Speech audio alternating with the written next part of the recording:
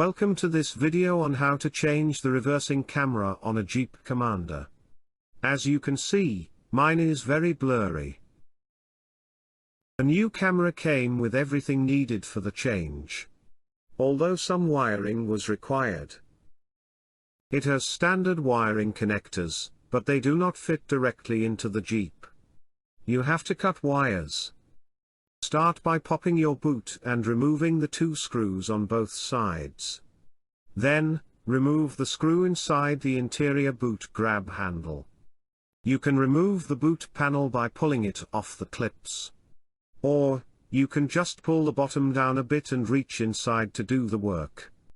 In this image, remove the steel cable from the plastic fitting and undo the two nuts that hold the bracket to the boot. Next, use some pliers to pinch these white clips together. There are two. At the same time, pull the chrome unit outwards from the other side of the boot. Once you've pulled it out, you can access the camera and wiring. Undo the two screws at the top of the camera housing, and undo the wiring clip. Angle the camera unit out of the chrome housing and take it inside. You now need to fit the new camera.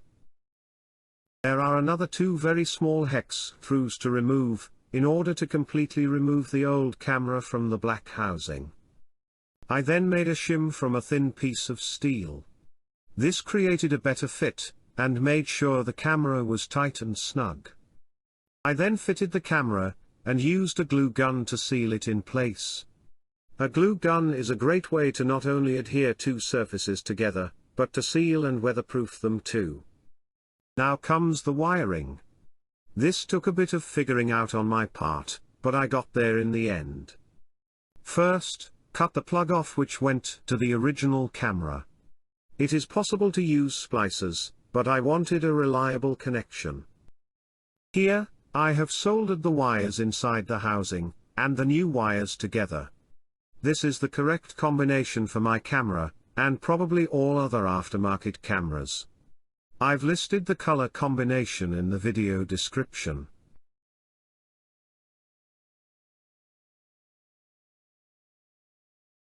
After that, fitting is the same as removal.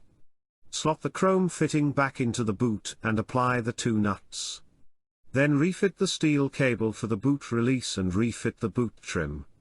I suggest testing your camera before putting it all back together. I hope this video has been a useful guide to changing your reversing camera. They go bad over time and may have been good enough in 2008, but not now.